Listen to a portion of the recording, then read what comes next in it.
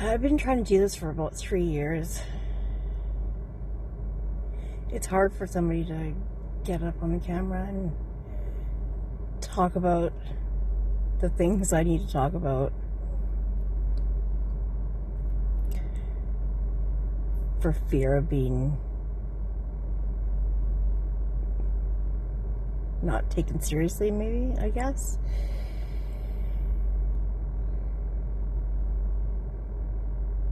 I mean, when you see the things that I've seen, you often think to yourself that you're going crazy. You have to ask yourself whether you're going crazy or not. I mean, how could you not ask yourself if you're going crazy? The things I've seen, the things I know now because of it.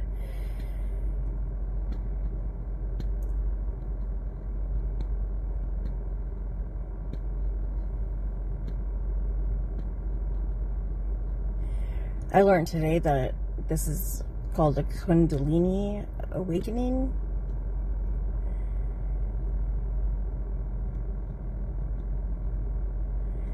I wasn't sure whether,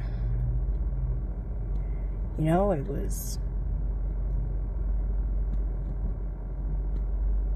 quantum reality or spiritual awakening or drugs, old age. Oh no, it couldn't have been old age, I guess. I was pretty young, but still, I've done a lot of drugs in my life, so could have been that. So I've asked myself that many, many times, every day, actually. I've come to the understanding that it can't be. I mean, I'm not the only person that talks about this stuff now.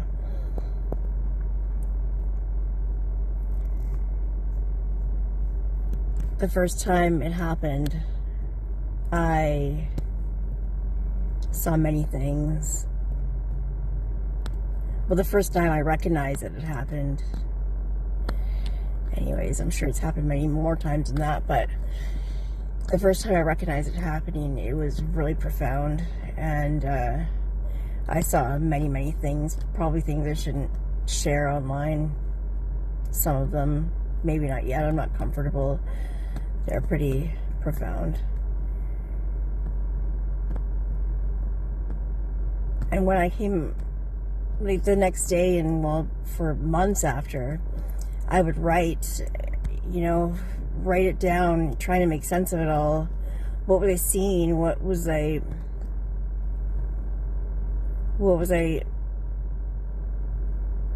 going through? I don't know. Was I dead? Was I alive? So I would ask people, I would go around and ask them, are you dead? Am I dead? Can you pinch me? I will say this, that the first time that it happened, Jesus was beside me. And listen, I'm not religious. In fact, I shied away from the church. I always felt like I was being strangled in the Catholic Church. So I only found one or two churches that I could go to feeling comfortable. But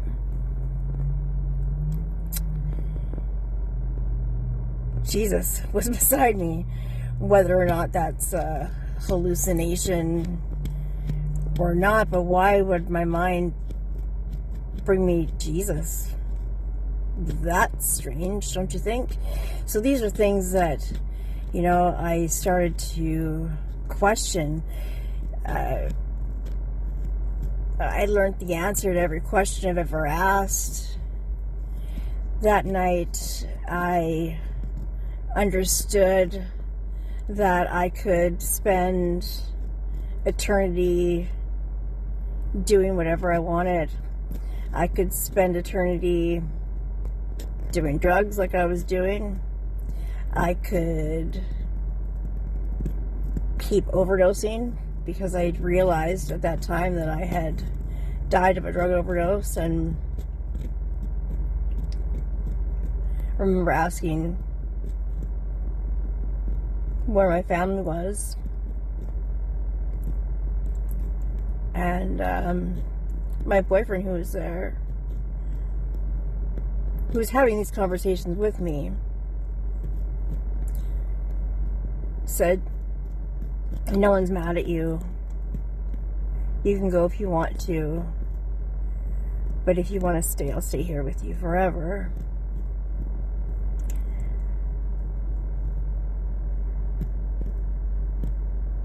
And then I realized that I could spend my life having orgasms.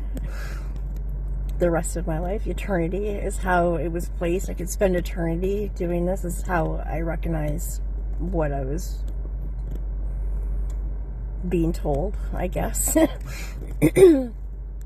And then, I mean, there's a lot of crying and a lot of bewilderment and not understanding what I was seeing. I was trying to make sense of it. I thought I was dead, or thought I was in a coma, you know, and just waking up, or, you know, having a dream or hallucinating. I wasn't sure. I was very lucid during all of this, and yeah, I got the answer to every question I've ever asked. The answer is because. And so, yeah, I saw Jesus, and I had been estranged from my family because I relapsed and got back into drugs. Not a proud moment of mine, but it did lead me to the road I'm in and the understanding I have. So I'm going to attribute that to the relapse, and one good thing's got to come out of it, right? Anyways, Jesus was beside me, and it's not like we talked, but it's telepathically, I guess, is how I would say it. And it was under my understanding that I could go if I wanted to, but I said I had to make it right with my family. I needed to make it right with my daughter. I needed to make sure I saw her graduate, get married, have children of her own. I wanted to make it right. So I didn't go. And yeah, the next day I came out of that and I said to my boyfriend, do you know what I know?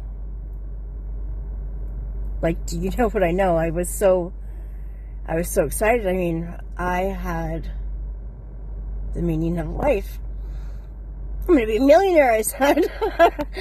You know, I have the meaning of life. And the next day, he would not acknowledge anything that we had talked about. I mean, these were conversations we had. He was there. It's not that I imagined that. He was right there.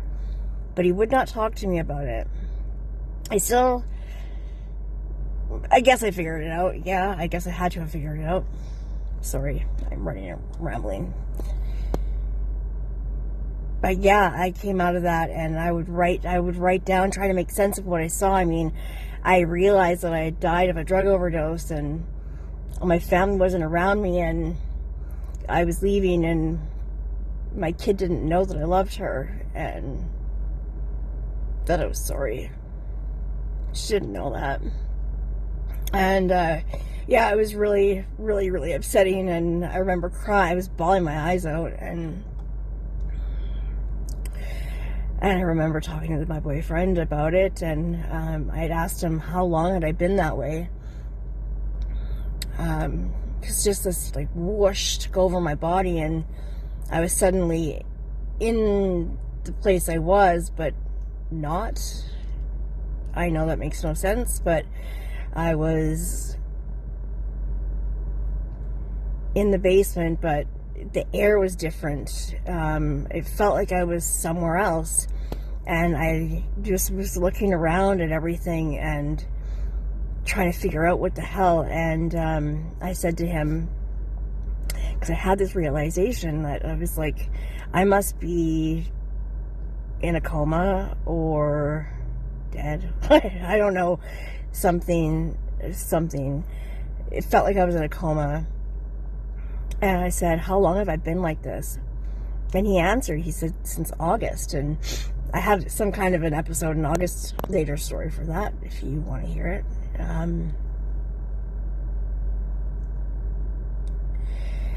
And then, yeah, I realized that I had died of a drug overdose and my family wasn't there. And I remember bawling my eyes out and being so upset because I never meant to hurt them. I'm so sorry. But yeah, I had the choice to come back. And I did. The mistakes we make are just things we learn. That's how we learn. That's how we grow. If we learn from our mistakes, they are worth it, right? Anyways, I've been told, and I've come to, after 3 years, the realization that I need to just trust what I'm being told, what I understand, what I know, because it's a feeling that I get. It's like an understanding that this is correct. Like when I hear the truth, I know what I'm hearing. I know when I hear the truth. I feel it deep inside of me. People can't lie to me anymore. A number of things have happened to me.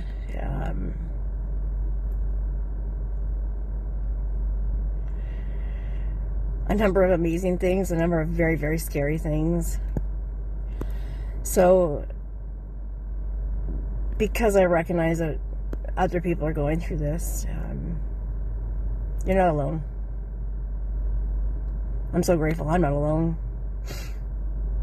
It's pretty lonely having no one to talk to about it. This is really, I mean, I talk to people, but people don't listen. Right? They think I've gone off the deep end, but a lot of people actually do listen to me online. I've done some amazing things with this this understanding of life I've been given.